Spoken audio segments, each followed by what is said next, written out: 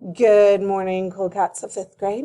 I am showing you a quick video of how to find the answer to a division problem through multiplication. Just to review, because I know that we probably have forgotten the steps to division and we haven't gone over that. And there's a division problem that I would like you to solve today. So we're going to try and use it reverse. Now, if you already know how to divide and you remember the steps, then go for it. But if not, this might help you. Because what I'm going to do, here's my problem, 196 divided by 7. We know that you can check your work on a division problem by multiplying. So we are going to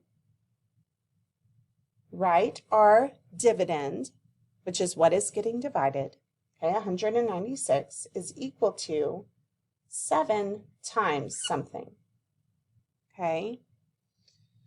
So now we just need to figure out what could we multiply by 7 to get 196. Well, I'll start with the easiest things I know first. I know 7 times 10 is 70. So not large enough. Need to go bigger. 7 times 20 is 140. A little bit closer, but still not large enough. Well, let's go 7 times 30.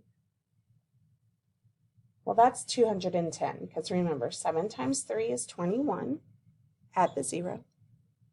Well, I think that is a lot closer to 196 than 140. So I'm going to stick to 7 times 30. But look, do I need to use a larger number than 30 or a smaller number?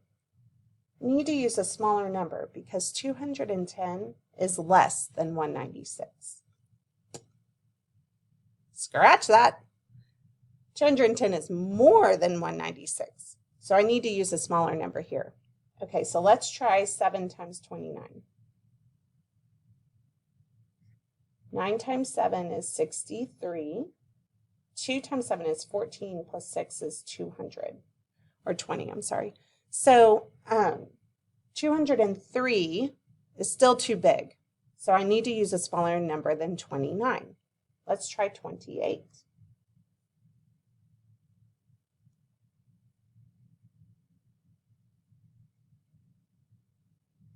Eight times 7 is 56. 2 times 7 is 14 plus 5 is 19. Look, we were looking for 196 and we got it. So our question, 196 divided by 7, is equal to 28.